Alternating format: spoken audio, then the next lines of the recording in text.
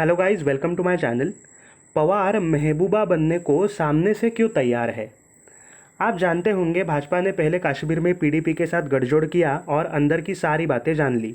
फिर 370 हटा दिया और महबूबा को घर का ना घाट का कर दिया। लेकिन आज पवार सामने से ही महबूबा बनने क्यों जा रहे हैं, यह जानते हुए कि आगे जाकर के उनके पार्टी का हश्र क्या होगा।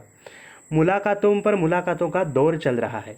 पहली मुलाकात अहमदाबाद में हुई शरद पवार और अमित शाह और प्रफुल्ल पटेल के बीच में। प्रफुल्ल पटेल एक इम्पॉर्टेंट व्यक्ति है एनसीपी में, जो शरद पवार ने लिए हुए सारे पॉलिसी डिसीजंस को एग्जीक्यूट करते हैं। फिर मुलाकात हुई शरद पवार और नरेंद्र मोदी के बीच में दिल्ली में। फिर हुई नितिन गडकरी के साथ मुलाकात। और नितिन गडकरी शरद पवार मुलाकात इसलिए इम्पॉर्टेंट है क्योंकि नितिन गडकरी शरद पवार के करीबी माने जाते हैं। तो अमित शाह और नरेंद्र मोदी के दिमाग में कुछ तिकड़म तो नहीं चल रहा है ना, ये जानने के लिए शरद पवार ने नितिन गडकरी से मुलाकात की। और फिर चौथी मुलाकात हुई फिर से अमित शाह और शरद पवार के बीच में दिल्ली में। तो एक सर्कल कंप्लीट हो गया अहमदाबाद से लेकर के दिल्ली तक का। और इसी लग ये रहा है इस स्कीम से कि एनसीपी और बीजेपी एक साथ आने जा रहे हैं। लेकिन मेरी राय इससे अलग है। शरद पवार यह कर रहे हैं, इसके कई कारण हैं। एक तो यह है कि अनिल देशमुख की वजह से शरद पवार की पार्टी के अस्तित्व पर ही आंच आ गई है। हो रही बदनामी, ऊपर से तीनों पार्टियों में चल रहा अंतर्विरोध, यहाँ तक कि उद्धव ठाकरे भी शरद पवार को कोई कीमत ही नहीं दे रहे हैं, उनकी कोई कुछ सुन ही नहीं रहे हैं। महाराष्ट्र सरकार तो रोज रोज कोर्ट जाकर मार ही खा रही है। बाढ़ और अव्यवस्था की वजह से सरकार पर लोग नाराज है।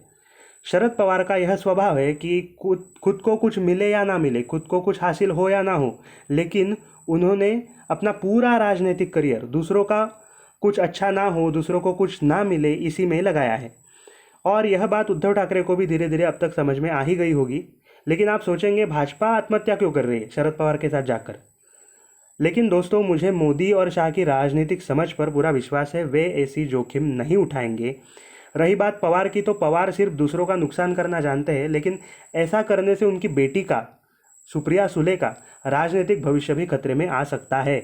इसलिए वह भी भाजपा के साथ नहीं जाएंगे। महाराष्ट्र की जनता अब इस सरकार से ऊब चुकी है, महाविकास आघाड़ी सरकार से, और शरद पवार इस सरकार से पीछा छुड़ाना चाहते हैं। पवार की हालत ऐसी है कि खाया पिया कुछ नहीं और ग्लास तोड़ा 12 आना। अब हो क्या सकता है? कांग्रेस अब भाजपा और शरद पवार को करीब आते नहीं देख पाएगी। प्रदेश अध्यक्ष कांग्रेस के नाना पटोले यह कह चुके हैं कि पवार और उद्धव ने कांग्रेस की पीठ में छुरा घोंपा है। ऐसा भी आरोप उन्होंने लगाया था कि अजित पवार और उद्धव ठाकरे उन कांग्रेस के नेताओं के फोन टैप कर रहे हैं।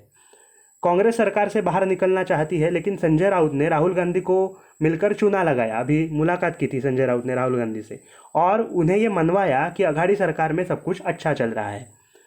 संजय राउत ने कोशिश की कि कांग्रेस विधायक चुप बैठे, लेकिन उन विधायकों को पता है कि चुनाव में राहुल गांधी की वजह से वह नहीं जीते थे, शरद पवार की वजह से जीते थे। विधानसभा चुनाव में राहुल गांधी तो प्रचार करने भी नहीं आए थे। शिवसेना के आधे विधायक तो कब से विचलित है, क्योंकि उन्हें पता है कि आने वाले चुनाव में मोदी के बिना उनका कोई वजूद ही नहीं है, वह बगावत पर उतर आ सकते हैं। तो कुल मिलाकर शिवसेना की नैया भाजपा पर यानी कि मोदी पर, और कांग्रेस की नैया शरद पवार पर है। मोदी और पवार के साथ आने से बाकी दो पार्टियों का नुकसान ही नुकसान है, और मुझे नहीं लगता इसके अलावा और कोई मंसूबा है शरद पवार की मोदी जी और अमित जी के साथ हुई मुलाकातों में। यह दोनों साथ आ गए तो हमारा क्या होगा, इस डर से कांग्रेस या फिर शिवसेना के विधायक सरकार से बाहर निकले, इसी के लिए सब कुछ हो रहा है, ताकि सरकार गिराने का ब्लेम, आरोप शरद पवार पर ना आए। बिना नफा नुकसान के शरद पवार बाहर निकलना चाहते हैं और मोदी जी इसमें बस उनकी मदद कर रहे हैं। और ये बात किसी से छुपे नहीं है कि नरेंद्र मोदी एडमिट कर चुके हैं एक बार कि शरद पवार का हाथ पकड़कर वो राजनीति में आए, और राजनीतिक गुरु मानते हैं मोदी शरद पवार को। बाकी अनिल देशमुख को कोई छूट नहीं मिलने जा रही है। और जैसे ही यह सरकार गिरती है, महाविकास आघाड़ी सरकार, उद्धव सरकार गिरती है, तो मोदी जी ने पवार साहब की भी कोई गारंटी ले नहीं रखी है। उसके बाद पवार की भी महबूबा होगी। भाजपा हाथ मिलाने की बजाय हाथ ऊपर करेगी। भाजपा एनसीपी के साथ हाथ मिलाने की बजाय हाथ ऊपर करेगी। किस लिए ऊपर करेगी?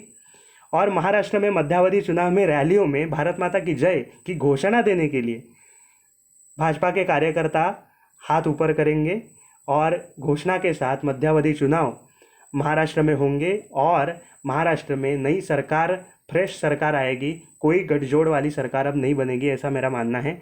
ऐसे ही वीडियोस के लिए मेरे इस चैनल को सब्सक्राइब करें, वीडियो को लाइक और शेयर ज़रूर करें, साथ ही साथ बेल आइकॉन को क्लिक करें ताकि आपको आने वाले वीडियोस के अपडेट्स भी मिलते रहे। धन्यवाद।